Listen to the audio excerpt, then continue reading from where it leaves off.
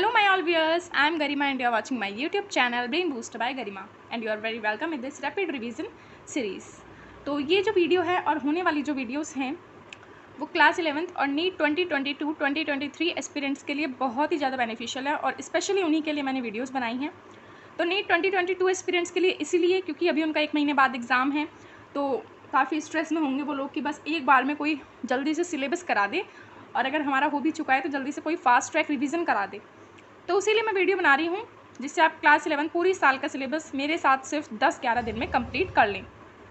ज़्यादा लंबी वीडियो भी नहीं होगी, 20 मिनट के अंदर मैं 2 चैप्टर्स पूरे करा दूँगी और शॉर्ट नोट्स भी आपको प्रोवाइड हो जाएंगे।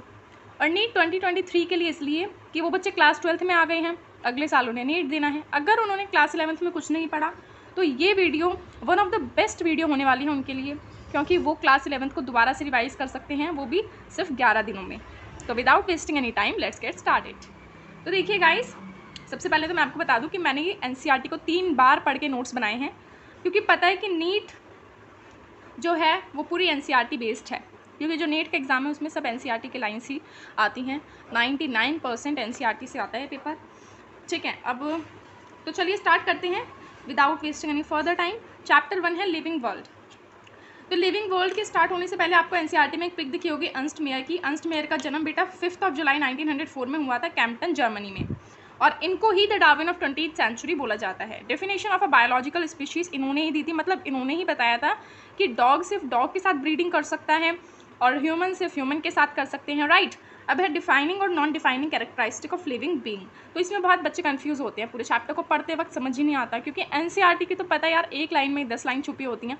तो मैं आपको एक जनरल सी बात बताऊं तो डिफाइनिंग कैरेक्टर जो होते हैं लिविंग बीइंग के, वो मेटाबॉलिज्म, सेलुलर ऑर्गेनाइजेशन और कॉन्शियसनेस होता है। अगर ये तीनों जिसमें होंगे तो वो लिविंग बीइंग ही है। और नॉन डिफाइनिंग ग्रोथ होते हैं। ग्रोथ भाई नॉन लिविंग में भी देखने को मिलती है और लिविंग में भी देखने को मिलती है। और चैप्टर 1 की मैंने ब्रीफली वीडियो जो है वो भी बना रखी है, उसका लिंक मैंने नीचे डिस्क्रिप्शन में प्रोवाइड कर दिया है।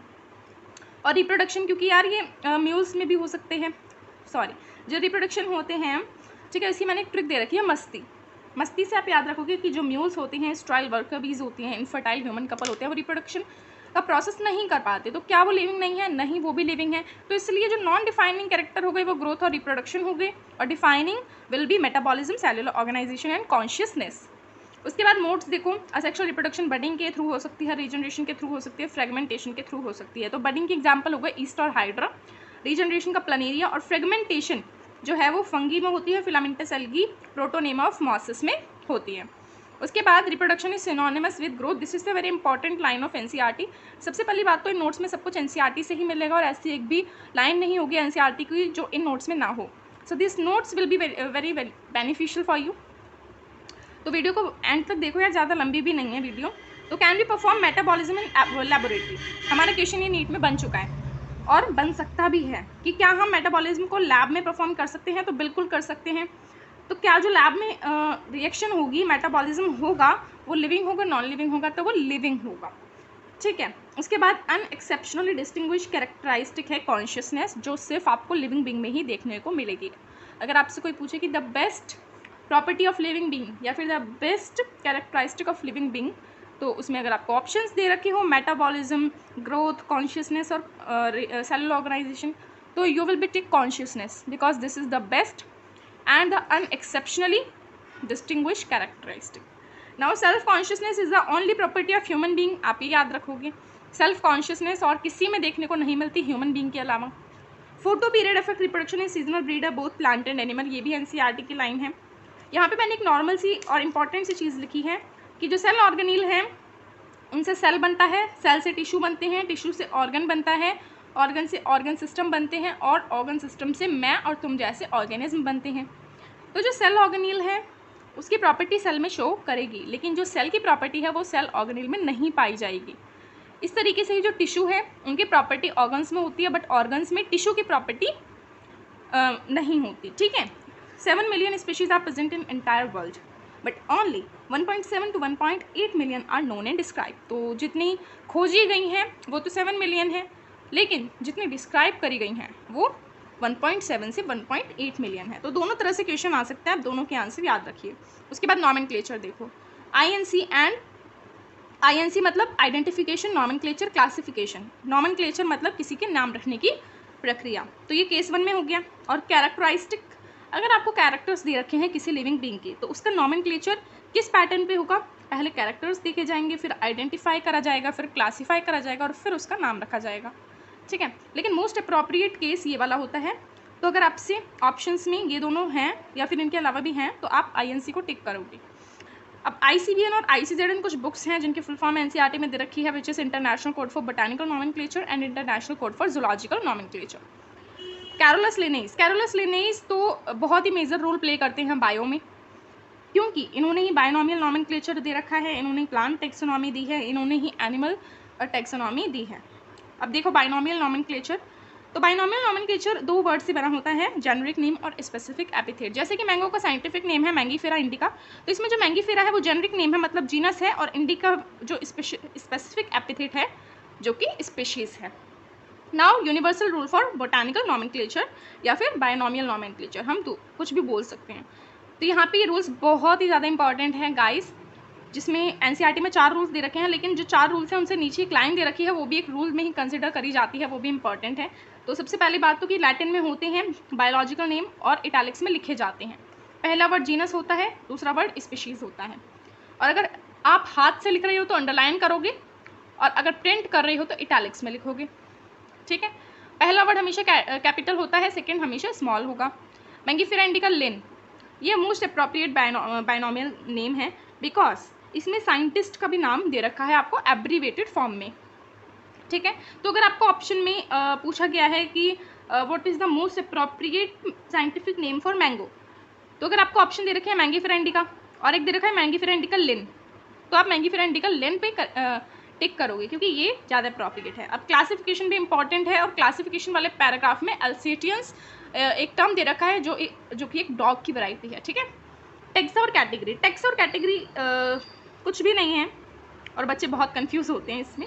तो देखो जैसे कि हम बोलते हैं किंगडम एनिमेलिया, ठीक है, तो किंगडम एनिमेलिया में किंगडम तो कैटेगरी हो गई और Animalia taxa, Animalia belongs to taxa.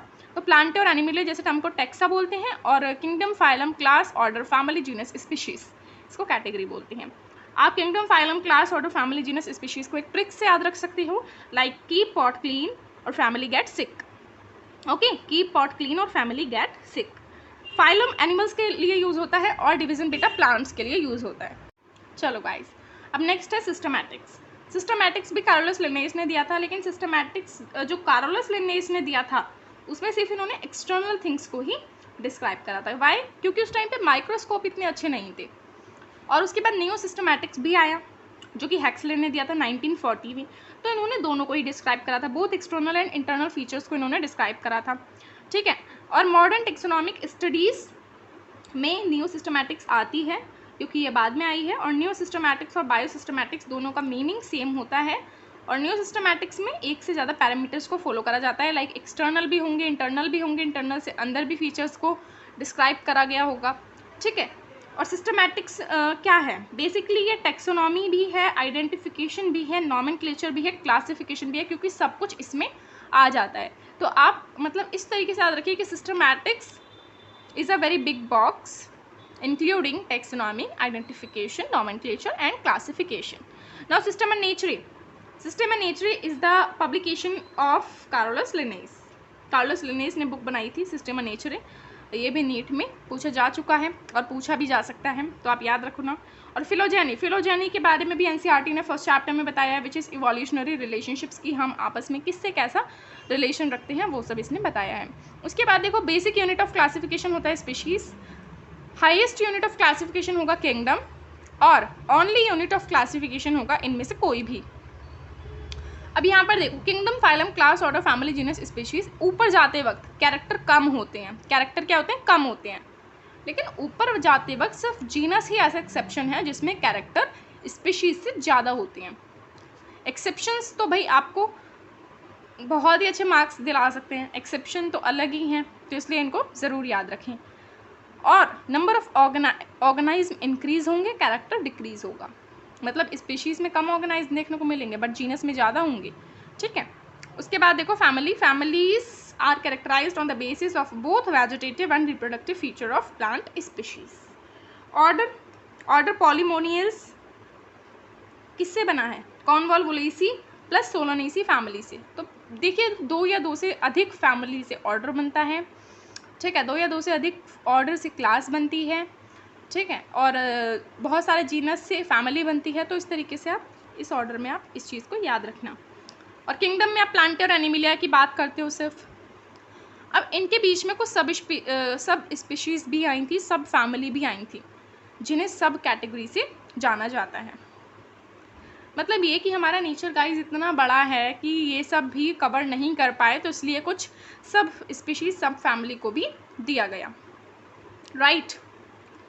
और अब देखो टेबल 1.1 एनसीईआरटी की बहुत इंपॉर्टेंट है। और अगर आपको मोनोकोट और डाइकोट में प्रॉब्लम होती है, कन्फ्यूज़न होती है, तो आप उनके लीव्स याद रखो। जिसकी लीव ऐसे पैरेलल वेनेशन शो करेंगी तो उनको मोनोकोट बोलेंगे, और जिसकी लीव्स इस प्रकार होती हैं उन्हें डाइकोटिलिडनस प्लांट बोलते हैं।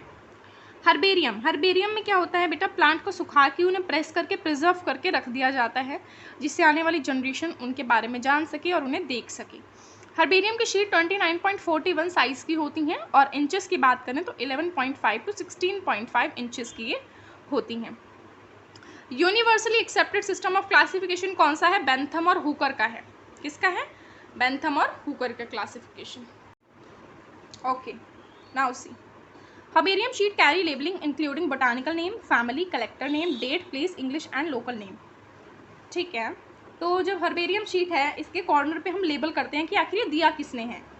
जो प्लांट है उसका बोटानिकल नेम क्या है, उसकी फैमिली क्या है, वो किस तारीख को प्रिजर्व करके रखा गया, उसका प्लेस क्या है, ये सब हम लेबल करते हैं। तो मुझे बताइए कि फैमिली ही क्यों, ऑर्डर क्यों नहीं? क्योंकि वो कॉम्प्लेक्स से क्रिएट करेगा, ठीक है। फैमिली तक तो सही है। मुझे बताइए जीनस और स्पीशीज़ लिखते हैं या नहीं लिखते? एब्सोल्युटली लिखते हैं। यही तो एनसीईआरटी कंफ्यूज करती है बेटा। जो बोटानिकल नेम है वो किससे बना है? जीनस और स्पीशीज़ से। तो जीनस स्पीशीज़ तो बोटानिकल नेम में आ गई, और फिर फैमिली आ गया। फैमिली से भी ऊपर जाएंगे तो गाइस कुछ नहीं होगा, सिर्फ कन्फ्यूजन क्रिएट होगी, इसलिए हम इतना कुछ नहीं लिखते, और शीट पूरी इसी से भर जाएगी फिर तो, है ना।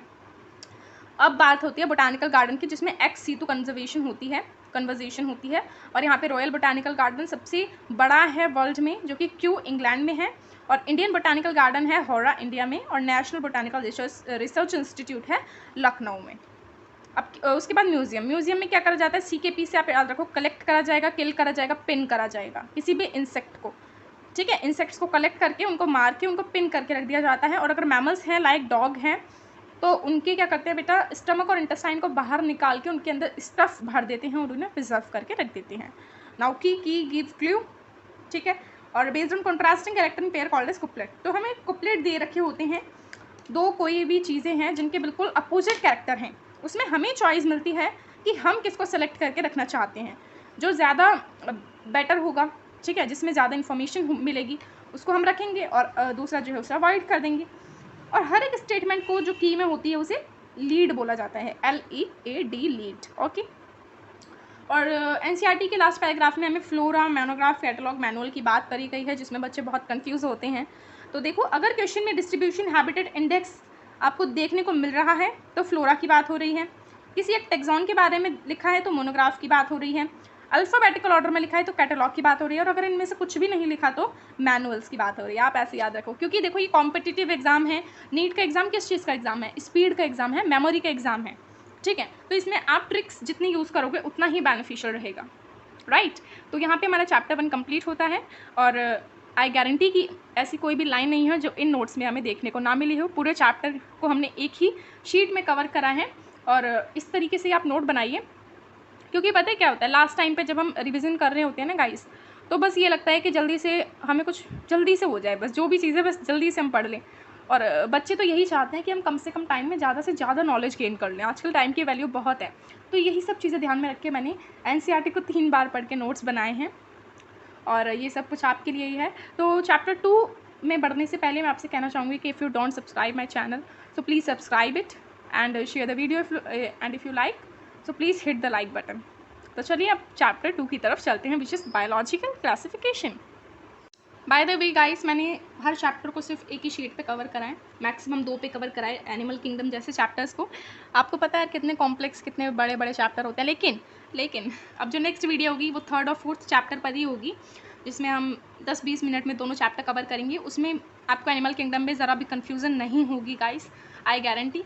और एनिमल किंगडम एकदम मक्खन की तरह आपको याद हो जाएगा। तो बस 11 डेज़ तक मेरे साथ बने रहिए अगर आपको 11th का सिलेबस पूरा करना है तो। अब बायोलॉजिकल क्लासिफिकेशन में सबसे पहले बात हुई है एरिस्टोटल की। एरिस्टोटल ने दिया था साइंटिफिक बेसिस फॉर क्लासिफिकेशन। इन्होंने प्लांट्स को ट्री, हर्ब, शब में डिवाइड कर दिया, और एनिमल को डिवाइड कर दिया इन्होंने रेड ब्लड में और जिनका रेड ब्लड नहीं है उनमें। ठीक है, अब कार्लस लिनेस की बात करें तो इस चैप्टर में उनके बारे में बताया है कि उन्होंने 2 किंगडम क्लासिफिकेशन दिया था, लेकिन eukaryotes, prokaryotes, unicellular, multicellular, photosynthetic और नॉन फोटोसिंथेटिक में उन्होंने किसी चीज़ को डिस्क्राइब नहीं करा था, और यही कुछ इनकी मेजर लिमिटेशंस रही थी उनकी फाउंडेशन में। और जो टोटल किंगडम क्लासिफिकेशन है वो 5 किंगडम क्लासिफिकेशन है, जो अब तक चलता आ रहा है, जिसे R.H. विटेकर ने 1969 में दिया था। अभी तो कोई ऐसे साइंटिस्ट नहीं आए जिन्होंने 6 किंगडम क्लासिफिकेशन दिया हो, और आई डोंट थिंक सो कि नीड है हमें ऐसे किसी क्लासिफिकेशन की या फिर ऐसे किसी किंगडम की, राइट। अब देखो, plant and animal have been constant under all different system. तो जितने भी आए हैं, 2 आ गया, 3 किंगडम आ गया, 4 किंगडम आ गया, 5 किंगडम क्लासिफिकेशन आ गया, प्लांट और एनिमल तो सब में ही आए हैं। ठीक है, ये दोनों कांस्टेंट रहे हैं। टेबल 2.1 एनसीईआरटी की आप देखना, इंपॉर्टेंट है काफ़ी, बहुत सारी आपको चीज़ें एक ही टेबल में पढ़ने को मिलेंगी। उसके बाद 3 डोमेन सिस्टम कानवर्स ने दिया था। तो ये एनसीईआरटी में नहीं लिखा, बट मैंने एडिशनली लिखा है, जो आपके नीट के एग्जाम के लिए इंपॉर्टेंट हो सकता है। तो कानवर्स ने दिया था, और सबसे बकवास इनका सिस्टम था, क्योंकि इन्होंने आर्की, यो बैक्टीरिया और यो कैरियोट्स में सारे नेचर को डिस्क्राइब कर दिया था। मतलब हाउ? अब देखो, fungi had chitin in their walls, तो आप याद रखो उनकी वॉल्स में चिटिन होता है। और गाइस, जितने भी प्रोकैरियोट्स हैं वो मोनेरा के अंदर आते हैं, जितने भी यूसेलुलर यूकैरियोट्स हैं वो प्रोटिस्टा के अंदर आते हैं। Kingdom Protista has brought together Chlamydomonas, Chlorella, earlier placed in algae within plant and both having cell wall, with Paramecium and Amoeba। तो Kingdom Protista में Chlamydomonas और Chlorella जैसी algae को Paramecium और Amoeba के साथ रख दिया गया है, और ये मॉडर्न क्लासिफिकेशन में हुई है ये चीज़। उसके बाद किंगडम मोनेरा आता है। किंगडम मोनेरा का जो सोल मेंबर है वो बैक्टीरिया है, मतलब जो भी आएगा बैक्टीरिया बन जाएगा। और बैक्टीरिया जो होते हैं वो स्ट्रक्चर में तो सिंपल होते हैं, लेकिन बिहेवियर में, मेटाबॉलिक डाइवर्सिटी में बहुत कॉम्प्लेक्स होते हैं। आर्की बैक्टीरिया 3 तरह के बैक्टीरिया से बना है, which are halophiles, thermoacidophile and methanogen. Methanogen marshy area में, लाइक गट ऑफ काउ वगैरह वगैरह में प्रेजेंट रहते हैं। हेलोफाइल्स और सॉल्टी एरिया में, और थर्मोएसिडोफाइल हॉट स्प्रिंग में प्रेजेंट रहते हैं। Archaebacteria differ from other bacteria on the basis of cell wall. तो इनकी सेल वॉल कुछ अजीब सी ही होती है, इसलिए ये सबसे अलग हैं। और यू बैक्टीरिया की बात करें तो यू बैक्टीरिया ट्रू बैक्टीरिया, जहाँ पे भी यू की बात आएगी तो आप समझ लीजिए ट्रू है, ये सच्चाई है। Presence of rigid cell wall, may be presence of flagella और नॉट। सियानोबैक्टीरिया क्या है? ब्लू ग्रीन एल्गी है, जिसमें क्लोरोफिल ए होता है, जो कि यूनिसेलुलर है, कॉलोनियल है, फिलामेंटस भी हो सकती है, मैराइन भी हो सकती है, टेरेस्ट्रियल भी हो सकती है। हेट्रोसिस्ट नाइट्रोजन फिक्सेशन का काम करते हैं। एग्जाम्पल हो गए नोस्टोक और एनाबीना में आपको हेट्रोसिस्ट मिल जाएंगे। और हेट्रोट्रॉफिक बैक्टीरिया यस, तो मोस्ट अबंडेंट इन नेचर होती हैं, मतलब नेचर में कहीं भी आपको सबसे ज़्यादा यही मिलते हैं। और डिसीज़ जो बैक्टीरिया से होती हैं वो कॉलेरा हो गई, टाइफाइड हो गई, टिटनस हो गई, सिट्रस कैंकर हो गई, ये सब बैक्टीरिया से होते हैं। बैक्टीरिया के नाम मैंने लिख दिए हैं। और बैक्टीरिया बाइनरी फिजन से होता है, ये सॉर्ट ऑफ रिप्रोडक्शन से भी हो सकता है, लाइक थोड़ा सेक्सुअल रिप्रोडक्शन भी शो करता है, लेकिन एक्चुअल में नहीं करता। देन माइकोप्लाज्मा की बात हुई है, इसमें सेल वॉल नहीं होती, सबसे छोटे लिविंग सेल हैं जो कि बिना ऑक्सीजन के भी सर्वाइव कर सकते हैं। किंगडम प्रोटिस्टा आ गया है, हमारा किंगडम मोनेरा फिनिश हो गया है। किंगडम प्रोटिस्टा में सारे यूकैरियोट्स आते हैं, सिंगल सेल यूकैरियोट्स, और जो इस किंगडम की बाउंड्रीज हैं वो अभी तक डिफाइन नहीं करी गई हैं। Then it will come to chrysophytes. Chrysophytes group including diatom and golden algae desmids, found in fresh और marine water. Indestructible due to silica. Diatomaceous, जहाँ पे डायटम्स बहुत सालों तक रह जाते हैं, वहाँ पे डायटोमेशियस अर्थ बन जाती है, जो कि सॉइल को ग्रिटी कर देती है और पॉलिश और फिल्ट्रेशन ऑफ सॉइल या सिरप में काम आती है। Diatom are the chief producer in the ocean. Dinoflagellates mostly marine होते हैं, फोटोसिंथेटिक होते हैं, येलो भी हो सकते हैं, ग्रीन भी हो सकते हैं, कोई भी कलर हो सकता है अपने पिगमेंट के अनुसार। उसके बाद cell wall has stiff cellulose plate in on surface. Gonyaulax red dinoflagellates होते हैं। ये जो रेड डाइनोफ्लैजिलेट्स हैं बेटा, अगर ये बहुत ज़्यादा मात्रा में समुद्र में आपको देखने को मिले तो वहाँ पे ये समुद्र की जो टाइड्स हैं उनको भी रेड कर देते हैं, इतना इनमें होता है पिगमेंट। उसके बाद euglenoids instead of cell wall they have a protein rich layer called pellicle which makes them flexible. When deprived of sunlight, they behave like heterotrophs by predating on other small organisms. Okay, तो जब sunlight मिलती है तो ये heterotrophs की तरह work करते हैं, और हेटेरोट्रॉफ्स का मतलब होता है जो अपना खाना खुद नहीं बनाते, दूसरों से लेते हैं, like us. Then We will come to slime moulds. Slime moulds are also known as false fungi. They are saprophytic protists. Saprophytic कौन होते हैं? जो डेड ऑर्गेनिज्म पे रहकर अपना खाना लेते हैं. They form plasmodium. They are fruiting body bearing spore at their tip. Spore possess true ball, extremely resistant and survive for many years, even under adverse condition. Spore dispersed by air current. ठीक है, तो इनकी जो इनमें ना true balls होती हैं इनके स्पॉर्स में, बहुत ज़्यादा रेजिस्टेंट हैं और बहुत सालों तक ये जी सकते हैं, बहुत एडवर्स कंडीशन में भी, मतलब बहुत ज़्यादा ब्रेव हैं, बहुत ज़्यादा स्ट्रॉन्ग हैं, हम ये कह सकते हैं. Then we will come to protozoans. Heterotroph होते हैं, 4 ग्रुप होता है, फ्लैजिलेटेड, सेलिएटेड, स्पोरोजोन और एमीबॉइड प्रोटोजोन. इनकी एग्जांपल मैंने दे दी हैं. Have silica shell on their surface. इनके सेल पे, इनके सरफेस पे सिलिका शेल होती हैं. Now kingdom fungi. ये भी हेटरोट्रॉफिक है. यूनिसेलुलर फंजाई को यीस्ट बोलते हैं. पुसीनिया होती है जो वीड रस्ट डिसीज को कॉज करती है और ये कहाँ पे रहना पसंद करते हैं? गर्म और उमस वाली जगह पे. Warm and humid place. Okay, they want to live. Body consist of hyphae और हाइफे के नेटवर्क को माइसीलियम बोलते हैं. सेप्रोफाइट और पैरासाइट्स होते हैं और इनकी जो सेल वॉल है वो मैंने अभी बताया आपको, चिटिन और पॉलीसेक्राइड्स की बनी होती है. Now symbiont is nothing but the relationship between algae and mycorrhiza. Reproduction by fragmentation, fission and budding. Asexual spore is by spore conidia or spore angiosperm or zoospore. Sexual reproduction is by oospore, acrospores and basidiospores. Fusion of protoplasm between motile or non-motile gamete called plasmogamy. Okay, तो motile और non motile gametes के बीच का जो fusion होता है उसको plasmogamy बोलते हैं और दो न्यूक्लियाई के फ्यूजन को कैरियोगैमी बोलते हैं. मियोसिस अगर जाइगोट में होता है तो हैप्लॉइड स्पोर्स बनते हैं. ये चीज़ आप याद रखना. Now phycomycetes. फाइकोमाइसिटीज फंजाई क्या होती हैं? तो सबसे पहले एक्वेटिक होती हैं. ओके, इनका जो माइसीलियम है वो असप्टेट और क्वेनोसाइट होता है. सिर्फ इसी में असप्टेट और क्वेनोसाइट होता है, बाकी सब में सेप्टेट और ब्रांच्ड होता है. ओनली इन दिस फंगी मैंने लिखा भी है. Asexual reproduction takes place by zoospore और बाय एप्लानोस्पोर. जूस्पोर मोटाइल होते हैं, प्लानोस्पोर नॉन मोटाइल होते हैं और यही स्पोर एंडोजीनसली पैदा होती हैं स्पोरेंजियम के थ्रू और इसको प्यार से एल्गल फंगी बोलते हैं. एस्कोमाइसिटीज प्यार से सेक फंजाई. मोस्टली मल्टी सेलुलर और रियरली यूनिसेलुलर. सेप्रोफाइटिक है, डिकम्पोजर है, पैरासाइटिक है और कॉर्प्रोफाइलस भी हो सकती है. माइसीलियम सेप्टेट और ब्रांच रहेगा. ठीक है. Asexual spores are conidia produce exogenously on the special mycelium called conidiophore. इनके जो सेक्सुअल स्पोर्स कॉनिडिया होते हैं वो कॉनिडियोफोर्स से अंदर की तरफ से प्रोड्यूस होते हैं. ठीक है, सॉरी बाहर की तरफ से. एक्सोजीनसली मीन्स बाहर और एंडो मीन्स अंदर.